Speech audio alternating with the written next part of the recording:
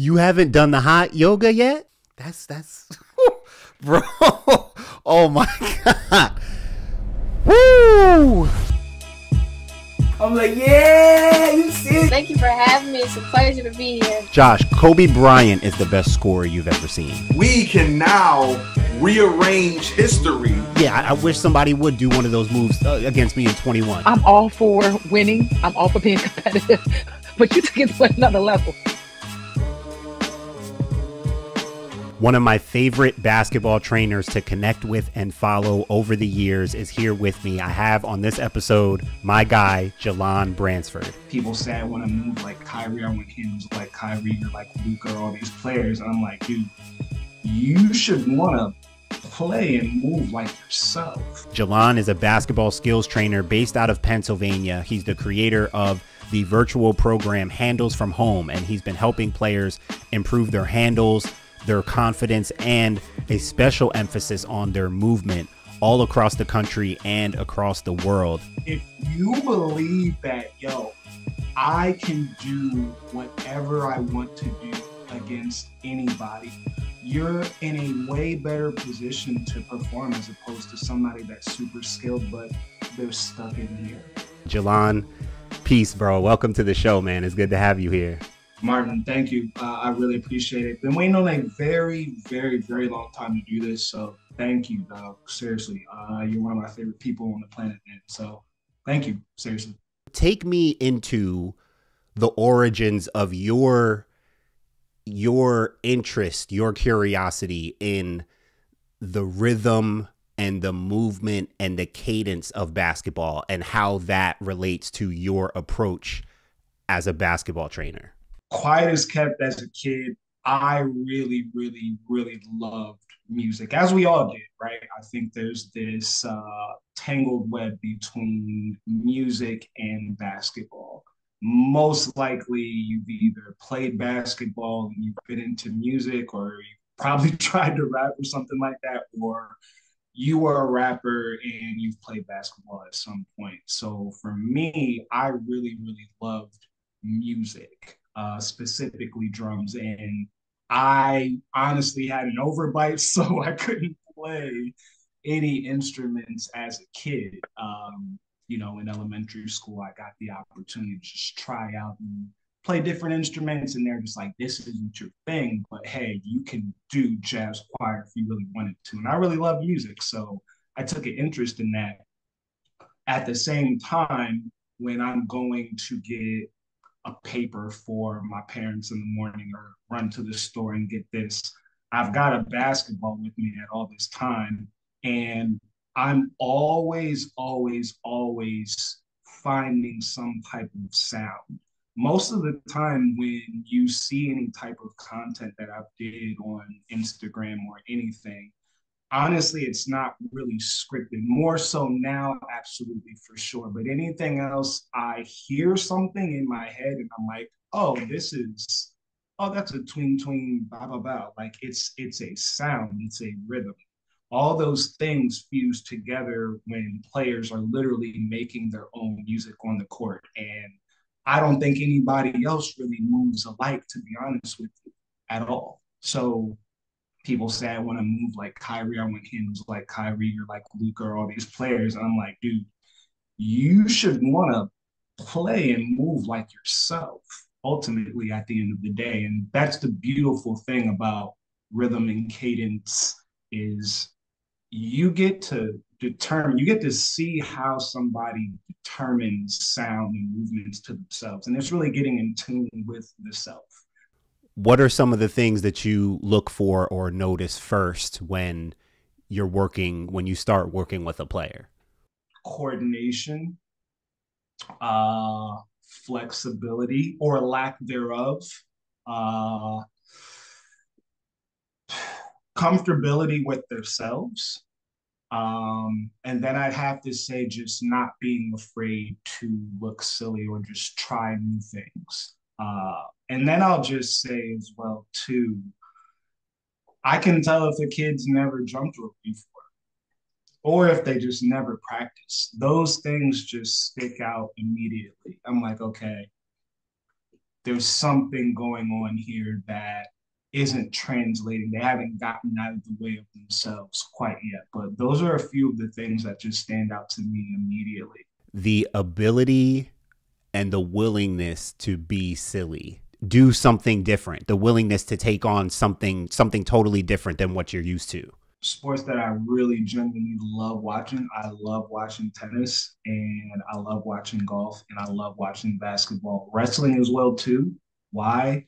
There's nothing that allows you, there's no equipment that allows you to hide your emotions. So you have to think about what that feels like. You have all that external pressure, but if you're not willing to work on those things behind closed doors that allow you to thrive, and you're very, very self-assured as most high level performers are, if you're not willing to mess up when nobody's there and understand that, hey, I need to get a little bit uncomfortable in order for me to get to where I need to be, it's one of the coolest things to ever witness when one of those sports that I mentioned when they're performing.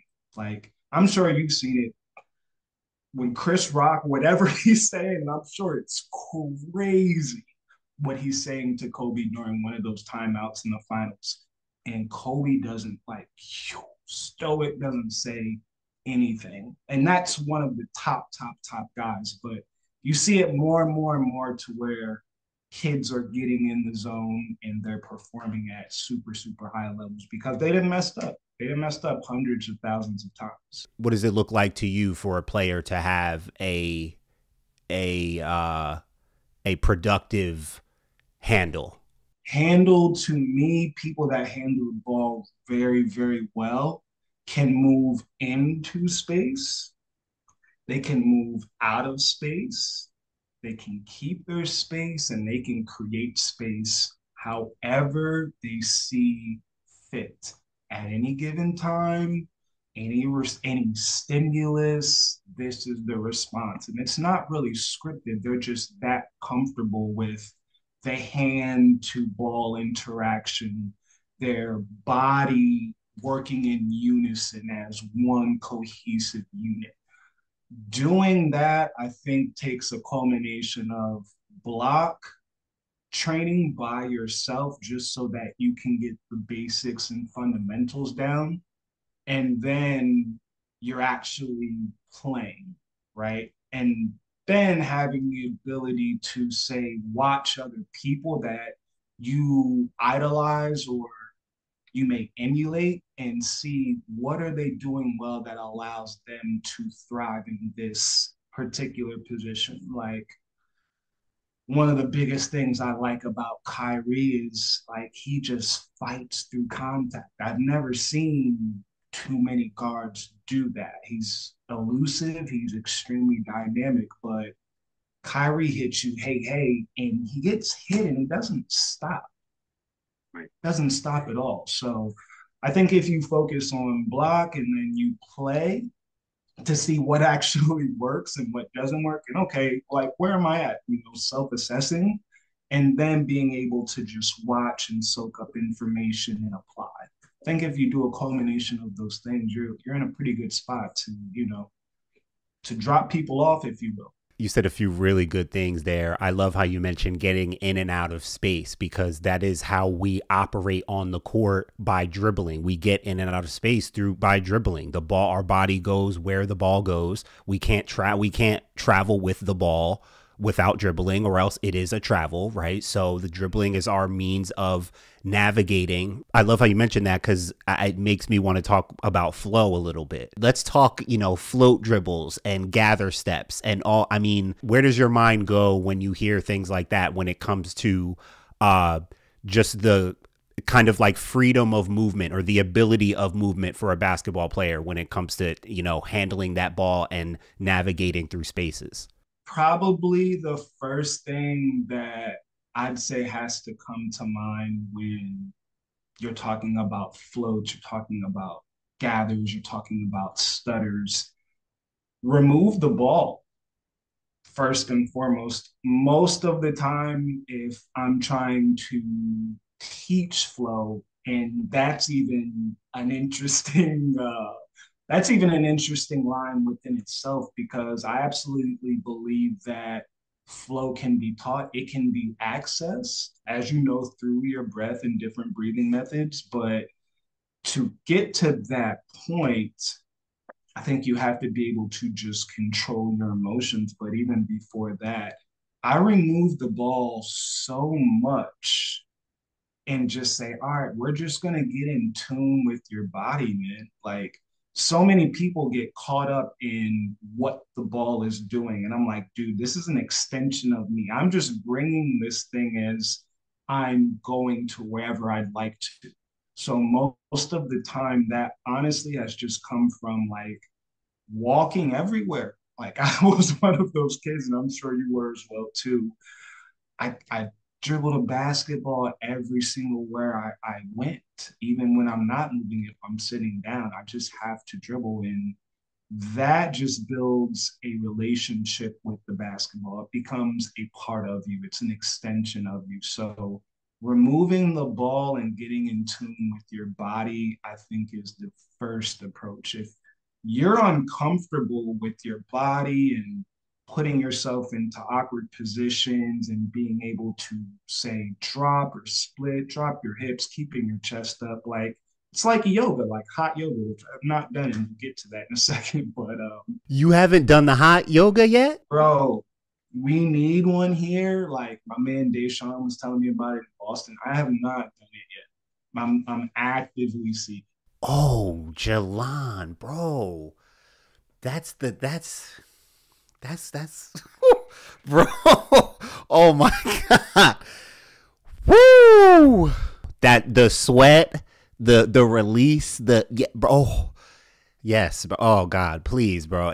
When you do, if you end up doing it without me for the first time, just make sure you hit me after and testify, bro. Like I never would have known what it meant to be connected to your body until I started doing yoga and learning about fascia. That practice helps you learn what that means.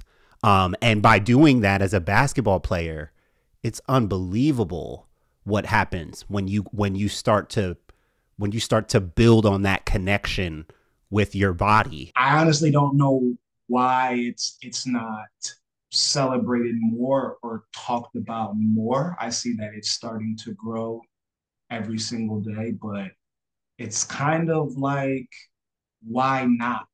You know, why I get angry a little bit, not angry, but sometimes I'm just like, wow, I can't believe I didn't do any of the stuff that I teach now to these kids, or even just do for myself as a young adult. Like, my only goal in doing yoga and mindfulness and meditation is just so I can be like 60 plus and I'm like, all right, like, what are we doing?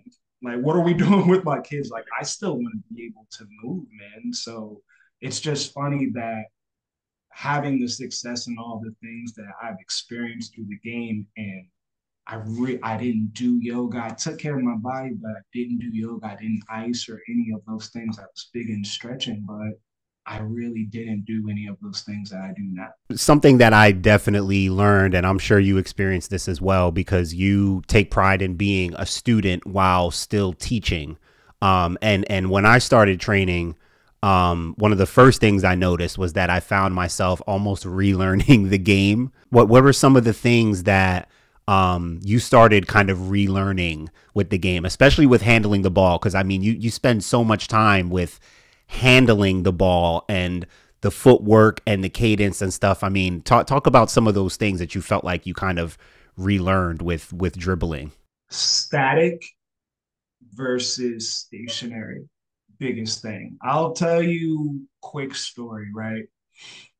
When I left Newman University, took some time off, after playing college, didn't touch a basketball for a very, very long time. And I run into my mentor at the time, Blake Hamilton, and he's like, yo, are you here? Like, you could be really good. You're a really great communicator. You're a great teacher. I think this could be your thing. And the first thing that he has me do, Martin, is head, waist, knees, stationary ball wrap series. I've seen kids cry off of these things because number one, it's neglected. It's very, very boring. It's mundane.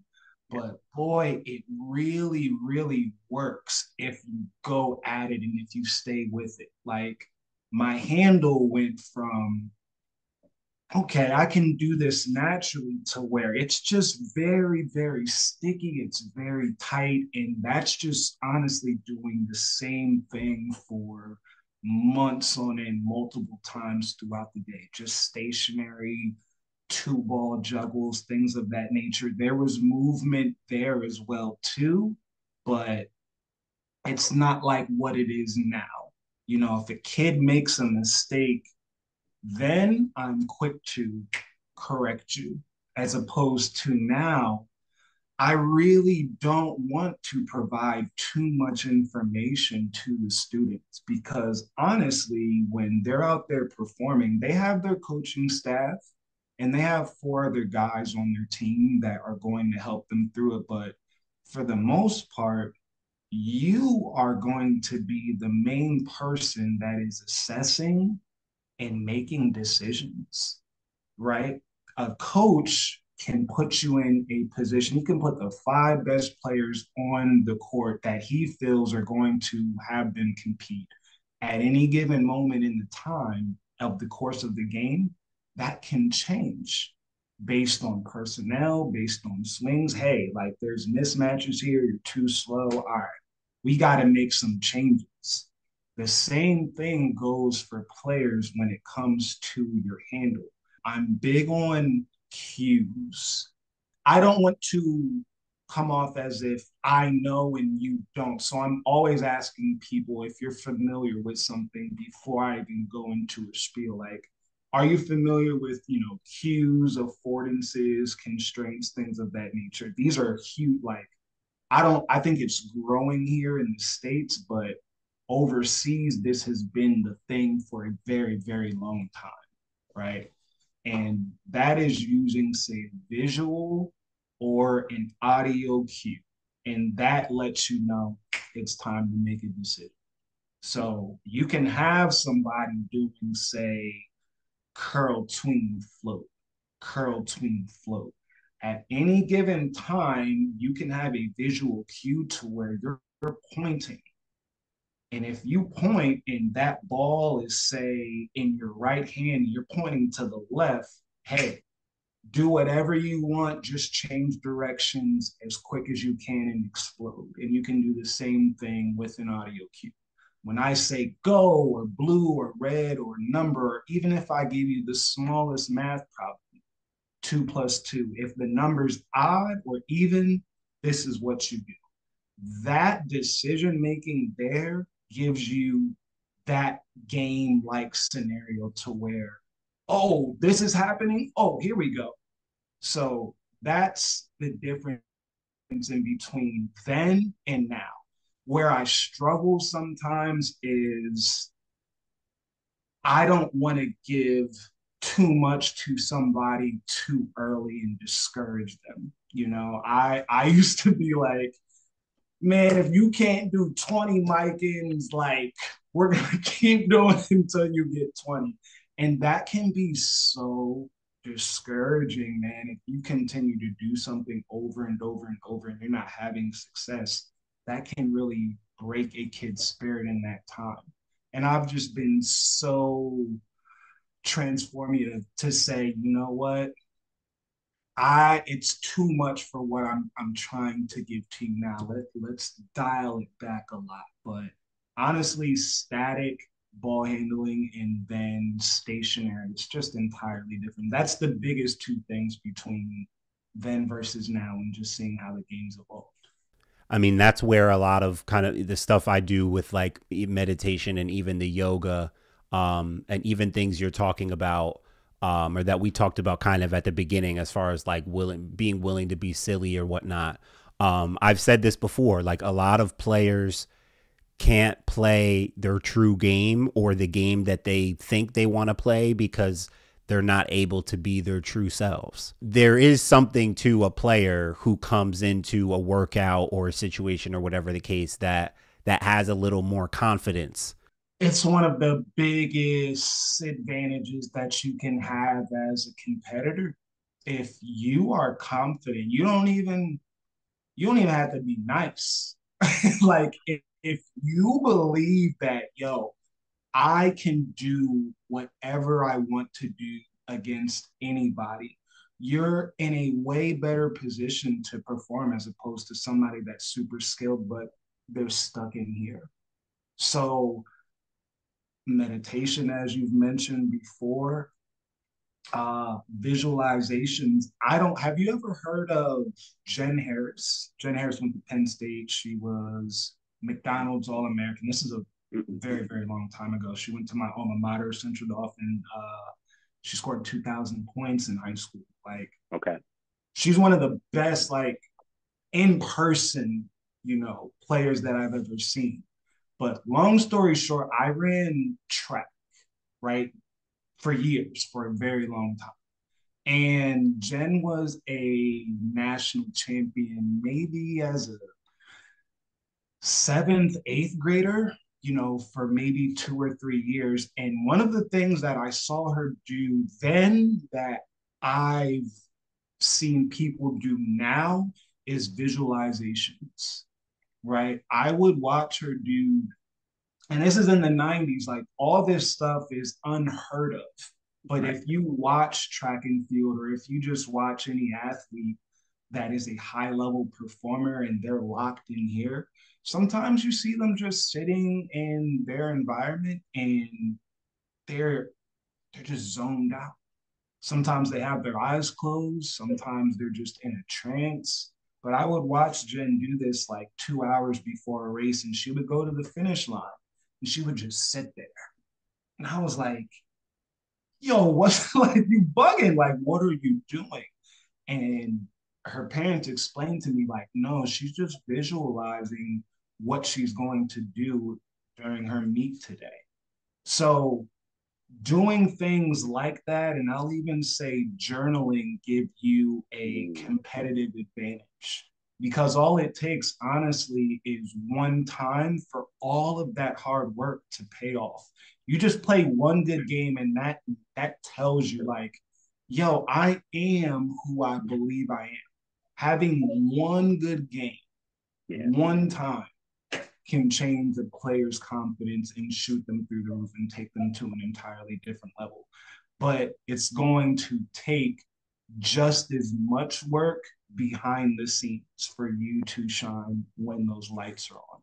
So having a nice combination of both of those things, I think can take, it can take somebody's game to new heights, honestly. But you have to unlock this first. You have to unlock what's in between your head. There's, just like I know, there's so many things that you may think about in a given time, and sometimes they really don't matter. It's about just like, yo, let me focus in on what's right in front of me right here, right now.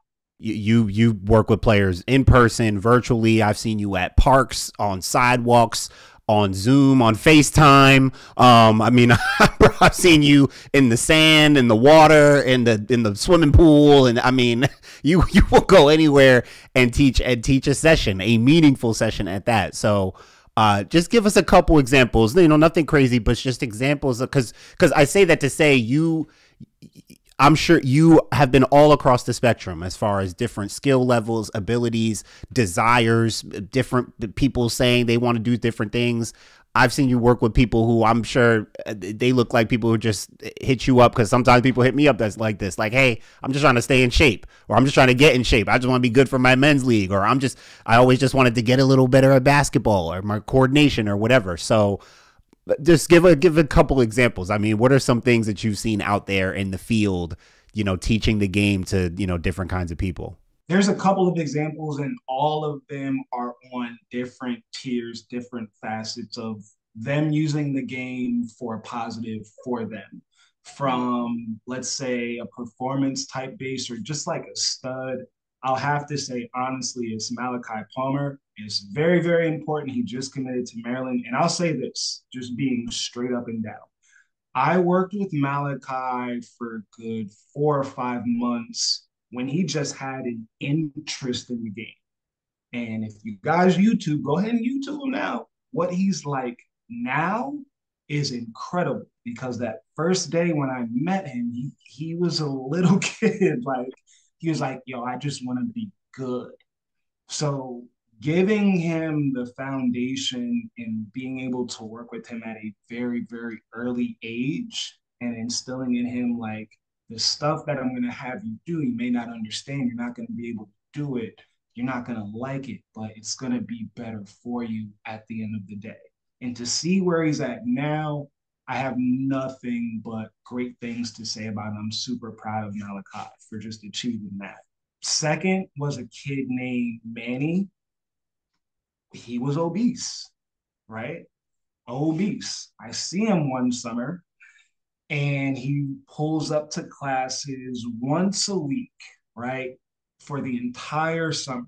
I don't see this kid until the following summer. And Mark, he's just slim down, 100% active. And I'm like, yo, what happened? And his mom goes, well, the fact that you inspired him to play the game, he found it really cool that he can move his bodies in a plethora of ways besides just basketball. So she's like, he swims, he runs track, he goes hiking. And I'm like, yo, that's the coolest thing ever because he's getting exposure to the natural environment, which is one of the best things ever. And you know that like just going outside barefoot for a walk and the sun shining and the wind's just blowing just right. And you just close your eyes and you're like, ah, I'm so happy to be right here, right now, engaging in this activity. That's another cool thing. And then probably last, it's too many kids to name. I coached a eighth grade boys basketball team that was maybe my second crack at getting a head coaching gig, and I specifically took the eighth grade job because I got tired of seeing kids seventh, eighth grade. I see them 2 years later, and they're the same. Right. I'm like, yo, your game, like you haven't really evolved. Like, I don't know what's happening. So I was like, okay, there's there's a missing link here to where the lower ranks aren't being developed for the future. So I like to approach it as this. If you're a seventh, eighth grader, you're prepping for high school. If you're in high school, you're prepping for college. And if you're in college, you're a pro. Yeah. Some kids are like, some kids are just like, they're jumping steps. But that class, that team that I had, the the struggle, the challenges that I presented to that team, I'm so glad that all of them in their right at this point in time are thriving. All of them are playing college basketball or playing college football in some capacity, and they're really, really, really good. And I saw that in them at that time. So to see them walking in their purpose now and continuing to do what they love, and they're all performing so well, so proud of all of them. Those are probably some of my coolest success stories. That's cool, man. I want to talk also about translating moves to the game, because trainers love talking about translating stuff to the game. We love we love the stuff that translates to the game. What comes to mind with that, and what do you think about when it comes to like that process of teaching what translates to the game? I used to be that guy, to be very honest with you. I used to say, why are you doing that? That is not beneficial towards you performing in a game. To where I just started to read more books. I started to actually go and watch my students play. And then I'm criticizing myself by saying, yo, you're teaching them stuff, Jalon, that they're not even using. They don't even need it. Right. You go watch a kid, and this is a tip for all of y'all. Some of you guys probably do this already at school.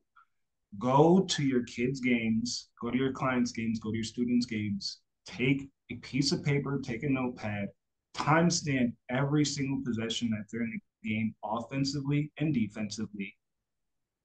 See where they're getting the ball, where they're missing opportunities, things that they're doing on a regular basis. And I guarantee you fill those gaps of doubling down on their strengths, but really, really attacking their weaknesses. Those things will work in translating anything to the game. So for me, it's more so about being able to make those split-second decisions at any given time. If you are accomplishing that in any way, shape, or form, then kudos to you. I'm not really in the space of criticizing what can be and what's not anymore. If it works,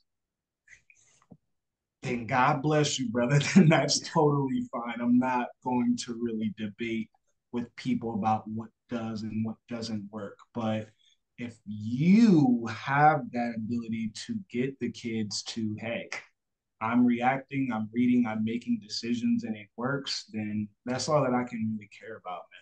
I love that you pointed out and mentioned that's probably the main thing. To know what translates to the game, you have to know what's happening in the game. Like one of my kind of like field testers for like footwork, coordination, timing, like for me, everything. You know what it is, but when I say it, you'll know. The 2 dribble pull up. Sometimes just 1 dribble, but really the 2 dribbles, because then I get to see how you pick up your feet, how 1 foot follows the next, right? We're going back into flow now. The timing of the 1-2 dribble to see if you have on the right hand, if you come off that left right, and off the left hand, if you come off that right left. Even talented players that'll come in for their first time, talented high school player, whatever, I'll be like, yo, we just warming up, getting to the 2 dribble pull up. See something, I'm like, now what in the world?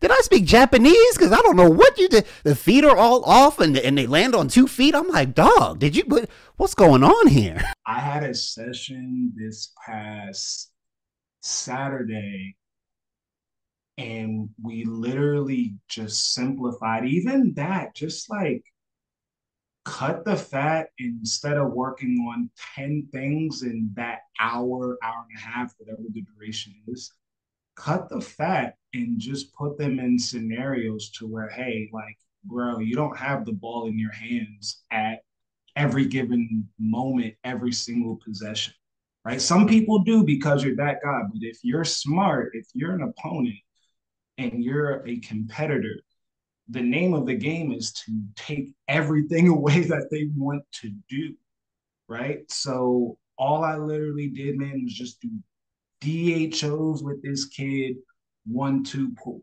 right, left pull, pump fake pull. And it was one of the coolest, like most satisfying sessions I've ever had. And the dad's just like, hey, I'm super impressed. And this is just the first one. But like that pull up, bro, oh my goodness. Like that's all that we did. And he really struggled. But then you see eventually like he's starting to get into it. I'm like, all right, this is really, really cool.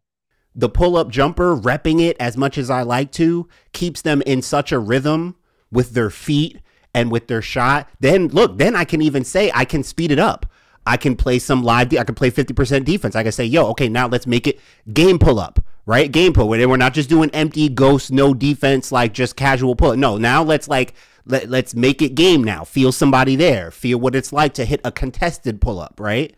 So that pull, you can go everywhere just with that pull up, right? You got to be realistic about, a lot of the fundamental things are never going away, right? Jump stops, jump hooks, pull up jump shots, right? Using your offhand. I mean, certain things, like if you get a few more jump stops in the game, you might score 4 or 6 more points just off the fact that you're getting a good 2 dribbles into and getting a strong jump stop and able to see what happens from there. It might be a floater or a bucket. It might be something else, but just, I'm repping the little things over and over, kind of how you had alluded to earlier.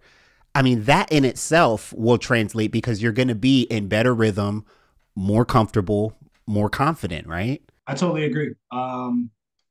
Shooting to me is very interesting. And just because, like, honestly, for me, man, at the end of the day, if there's one thing that I could teach to kids, it would just be ball handling, just because that's like the part of the game that I fell in love with the most. Like, that's how I got to take on the court. Like, older dudes were running, playing full, and I would hope that a fight broke out, somebody got mad and left, or like, yo, we need a fifth. I'm like, yo, let's go. And I know I'm a draw just because I'm like, yo, y'all are not going to forget the fact that, like, I can handle the ball and I can pass. So that's just what got me on the court and just instilled confidence in me. But shooting's very, very interesting to me because honestly, I didn't really learn how to shoot until later on in high school. And even then, the way that I was shooting the ball was just super inefficient, right? Until, I got with my man, Mike Dunn. He was my teammate in high school, one of the best shooters I've ever seen in my life in person. And then he just hits me one day and was like, bro, I was wrong all this time. And I'm like, how? Like, I could pass you the ball half court, and I'm going back on defense because I know it's good. And he's like, nah, man, like I was wrong all this time. And when he starts teaching me about ball before body and setting your level and energy transfer, and I'm just like, I can't believe we didn't know this information at this time, way back then. To be able to dissect things like that and just really show them, hey, there's an easier way to do this and you can be consistent. Um, I love that just as much as I love ball handling. And that's the coolest thing about it. The game, specifically those two aspects of it, anybody can improve if you're really willing to put in the work. Yeah, for sure. I didn't really learn like how to open up with my handle until I didn't really learn how to work on my game, first of all, until really college. I wasn't the type to like put the ball behind my back. Barely even between the legs, bro. If I change direction, I go crossover. Like I do a quick cross and then I just go. I was a first step driver. I was quick, I was fast, but I didn't develop my shifty accessory bag really work with like counters and stuff and drags. No one was showing me that stuff. And I wasn't taking my mind to a place watching great ball handlers like AI and Stephon Marbury and stuff. Steve Francis, like I was watching those guys, but I wasn't allowing my mind to think of myself as like I could do that. Like I'm a great ball handler. And frankly, I wasn't motivated enough to go out and just like start putting the ball behind my back 100 times, which now I know that if I go and do 100 behind the backs like every day for like a few weeks, like my joint would probably be crazier than ever. And that's really the hack. That's really the hack to get anything in life you're trying to work towards. But that's the cool thing about basketball, because you do it and then you can see the return over time. Why aren't kids just dribbling more? It's like you couldn't find, there wasn't a time where we were growing up to where we didn't have a basketball in a backpack. But then I'm like, I don't want to age myself, but then I'm starting to think like, well, I didn't have a cell phone until I was a junior in high school. I remember I didn't even have the internet. Like we had dial up, you know what I mean? Like riding bikes, like just even transportation to get from point A to point B. You ask a kid now, like even just go to the courts, they're not out there. I think if you made a concerted effort to do those simple things, just getting comfortable with moving with the basketball, you're going to put yourself in an advantageous position, especially if you're just hungry. You know, just some of these kids just aren't hungry, man. They're not. They don't want it as bad as they really say that they do or think that they Why do you feel like society needs basketball? do. Really? Yeah, Why? Really? yeah. Okay. I started getting into sustainability and gardening, things of that nature, because that was one of the only places that I found solace where others are not the same. We all don't have the same jobs. We don't have the same ethnicity, same culture, same skin color. We might not even speak the same language, but we're there for one common purpose. Besides that, basketball and I'd probably say music are the only things outside of that to where it's bringing people together, right? There's joy there, there's happiness. It saves lives, bro. Like it saves lives. It truly, truly, truly brings a lot of happiness to our world right now, and we need it. You know, it's very, very dark out there, man. It's very, very dark out there if you choose to look at it from that perspective. And it's very hard to ignore certain things, but also understanding that, hey, like I can't take on all of these things and just have my mind thinking about all of these negative things that quite frankly I'm not able to control or really do anything about from here, you know. So playing basketball gets you out into nature. You're communicating with others that, quite frankly, you might not have any commonalities with, but y'all speak the same language with this ball and you're competing and you're trying to score, you're setting the screen, you're literally helping each other. Name another activity in this day and age right now to where all of those things are happening at once. Like you can go play pickup anywhere in the world right now. Y'all don't speak the same language. You don't look alike, nothing. But I guarantee y'all gonna work together to compete and to win the game and put each other in a better position to be successful. We need this game, man, and it's not going anywhere. It's not going anywhere, bro. I think it's just gonna keep continuing to grow and grow and grow. And I love this game, bro. I'm reading this book right now. I'm sure you've heard of it. I don't know if you've read it. How Basketball Can Save the World. Name the author. I think did he teach a class at NYU? Yes, sir. That's why you're my dog, yo. Like I know exactly what you're talking about. I didn't get a chance to read that book, but I know exactly. I've read a ton of papers Okay. on that individual, and I can't think of Yeah. what his. Hollander, right? David Hollander. That thing is deep. And a lot of the stuff you just brought up, the reasons why the game was even created was literally based on how society was, based on how certain games and competitive sports and games that they played at the time, they needed something new that was more collectivist, that was more bringing people together to have a good time. It was literally, the game was created on those principles, and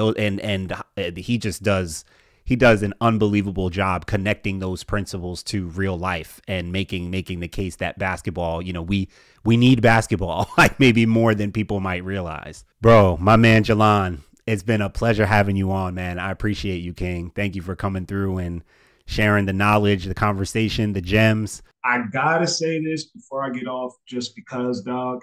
Uh, what you're doing for young hoopers all around from a holistic standpoint and a mindfulness standpoint, and then as well too, please continue to keep putting on for women's hoops.